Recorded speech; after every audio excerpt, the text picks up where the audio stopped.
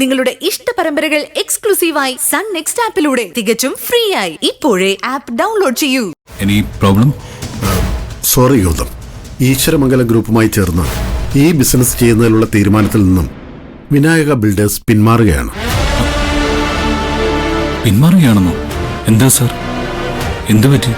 രാവിലെ വിളിച്ചപ്പോൾ സാറൊന്നും പറഞ്ഞില്ല. അതിപ്പോ വിളിക്കുമ്പോൾ വരരുതെന്ന് പറയുന്നത് ശരിയല്ലല്ലോ.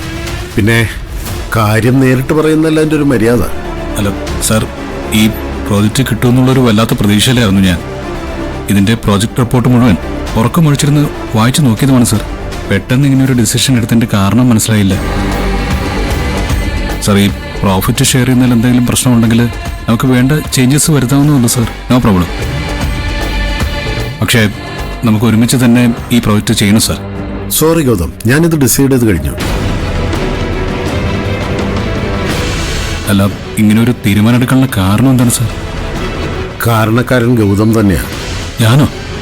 മനസ്സിലായില്ല. അല്ല, ഇപ്പോൾ ബിസിനസ് ലോകത്ത് ഒരു വാർത്ത പരക്കുന്നുണ്ട്. ഇന്നത്തെ ന്യൂസ് പേപ്പേഴ്സുകളിലും ചാനലുകളിലും അത് വന്നിട്ടുണ്ട്.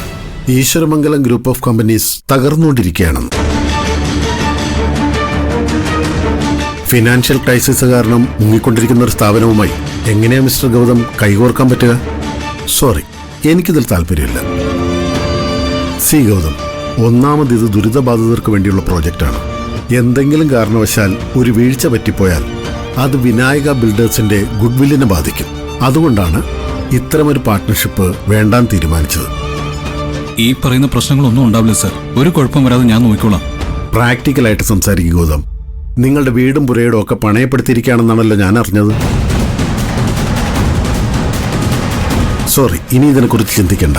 ഞാൻ വേറൊരാളുമായി ഈ പ്രോജക്റ്റ് ചെയ്യാൻ തീരുമാനിച്ചു. അത് ആരാണെന്നൊന്ന് പറയൂ സാർ. അത് ഞാനാണ് ഗൗതം.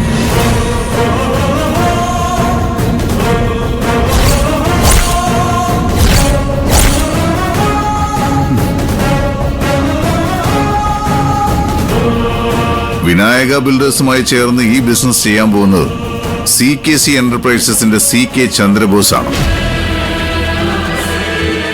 ഇങ്ങനൊരു ട്വിസ്റ്റ് ഉണ്ടാവുമെന്ന് കരുതിയില്ലല്ലേ? പക്ഷേ ഗൗതം, ഇങ്ങനെ തന്നെ സംഭവിക്കണമെന്ന് ഞാൻ തീരുമാനിച്ചതാ. അത് ഗൗതം ഗോപിനാഥനുള്ള പക കൊണ്ടൊന്നുമല്ല, തോൽപ്പിക്കാനുമല്ല.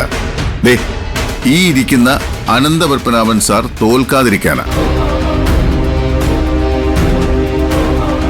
സാറിനറിയോ, ഈ ഗൗതമിന്റെ ഈശ്വരമംഗലം വീട് പോലും ഇപ്പൊ എന്റെ ഓണർഷിപ്പിലാ.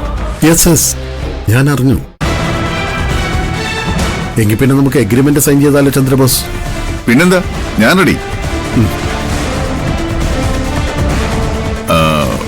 ഒന്ന് എഴുന്നേറ്റ് തന്നിരുന്നെങ്കിൽ എനിക്കിരിക്കാമായിരുന്നു. നിൽക്ക്. ഇതൊക്കെ പണമുള്ളവരുടെ കോടികൾ എറിഞ്ഞുള്ള ഇടപാടാ. നിനക്കൊക്കെ പറ്റിയത് ഏതെങ്കിലും 4 കൂടുന്ന ജംഗ്ഷനിൽ ഒരു തട്ടുകട തുടങ്ങല. വലിയ വലിയ ചിന്തകളൊന്നും ഇനി വേണ്ട, മോൻ ചെല്ല്. ഇതും നേടിയെടുത്തെന്ന് കരുതി അധികം അഹങ്കരിക്കണ്ട. അധികം വെല്ലുവിളിയൊന്നും വേണ്ട, എന്റെ മോൻ ചെന്നാട്ടെ.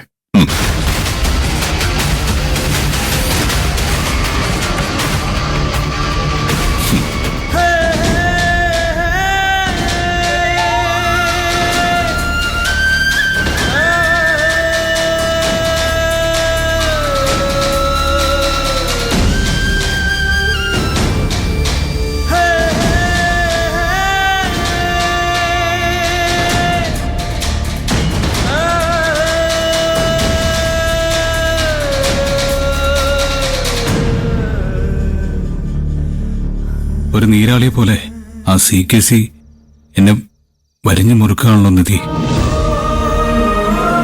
തോൽവികൾ കണ്ട് പരിചയിച്ചതിന് ശേഷമാണ് ഞാൻ വിജയങ്ങളുടെ തുടർക്കഥ ഉണ്ടാക്കിയത്. അതുകൊണ്ട് തന്നെ ഒരു തോൽവിയിലും ഞാൻ തളരുകയില്ല. പക്ഷെ ഇതങ്ങനെയല്ല. ഒന്നിനു പുറകെ ഒന്നായി വഴികളെല്ലാം ഒരാൾ മനഃപൂർവ്വം അടയ്ക്കാനായിട്ട് നിന്നാൽ എന്തോ മനസ്സിനൊരു തളർച്ച ഫീൽ ചെയ്യുന്ന പോലെ. എന്റെ ഗൗതം തളർന്നു പോവാനോ? നേർവഴിയിൽ നേട്ടം ഉണ്ടാക്കാൻ ശ്രമിക്കുന്നവർക്ക് തോൽവികൾ സ്വാഭാവികമാണ് ഗൗതം. തോൽപ്പിക്കാൻ കുറുക്കു വഴികൾ തേടുന്നവർ അധിക വിജയം തേടുകയും ചെയ്യും. പക്ഷേ ശാശ്വതമാകുന്നത് സത്യം മാത്രമായിരിക്കും ഗൗതം.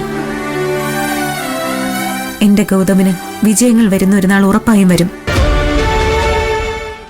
ഇതൊക്കെ പരീക്ഷണങ്ങളാണ്. ആർക്കും തോൽപ്പിക്കാനാവാത്ത അത്രയും ശക്തനാക്കി ഗൗതമിനെ മാറ്റണമെന്ന് ദൈവം തീരുമാനിച്ചിട്ടുണ്ടാവും. അതുകൊണ്ടാ ഇങ്ങനെ ദൈവം തോൽവികളുടെ ഉലയിൽ ഊതിക്കാച്ചിയെടുക്കുന്നത്.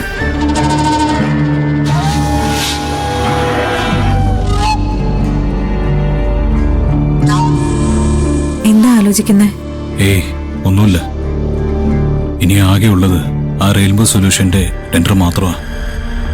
അതിലും ആ CKC എന്തെങ്കിലും ചതി ഒപ്പിക്കുമെന്നാ എന്റെ പേടിയിപ്പോ.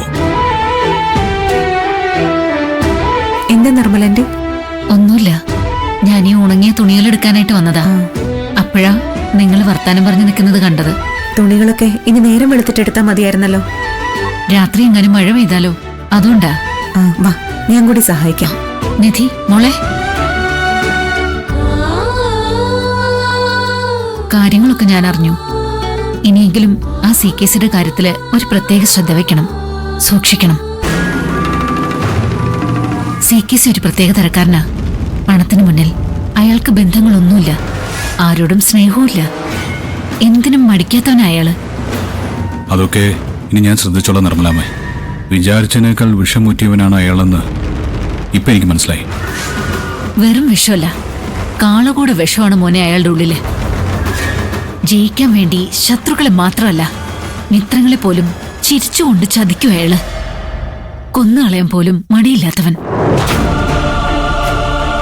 ചിരിച്ചുകൊണ്ട് കഴുത്തെറുക്കാൻ മടിയില്ലാത്തവൻ. അപ്പൊ പിന്നെ ശത്രുക്കളോട് എന്തായിരിക്കും കാണിക്കുകയെന്ന് ഊഹിക്കാമല്ലോ.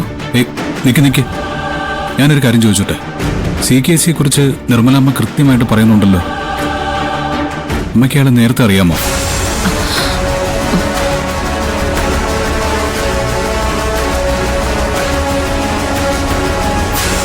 ഇത്രയും കൃത്യമായിട്ട് കാര്യങ്ങൾ പറയണമെങ്കിൽ എന്തെങ്കിലും മുൻപരിചയം ഉണ്ടാവണമല്ലോ. പറയൂ നിർമ്മലമ്മേ, CKC എങ്ങനെ അറിയാം? ഇല്ല, എനിക്ക് അയാളെ നേരത്തെ ഒന്നും അറിയില്ല. ഇവിടെ വന്നതിന് ശേഷം ഞാൻ അയാളെ കാണുന്നത് തന്നെ. പക്ഷേ ഓരോ പ്രവൃത്തികളും കാണുമ്പോ ആളെ മനസ്സിലാവുമല്ലോ. ഇത്രയും വർഷത്തെ പരിചയമുള്ള എനിക്ക് പോലും ചില സമയങ്ങളിൽ CKCയെ ജഡ്ജ് ചെയ്യുന്ന കാര്യത്തിൽ പാളി പോവാറുണ്ട്. അതുകൊണ്ടാണ് ഞാൻ ചോദിച്ചത്.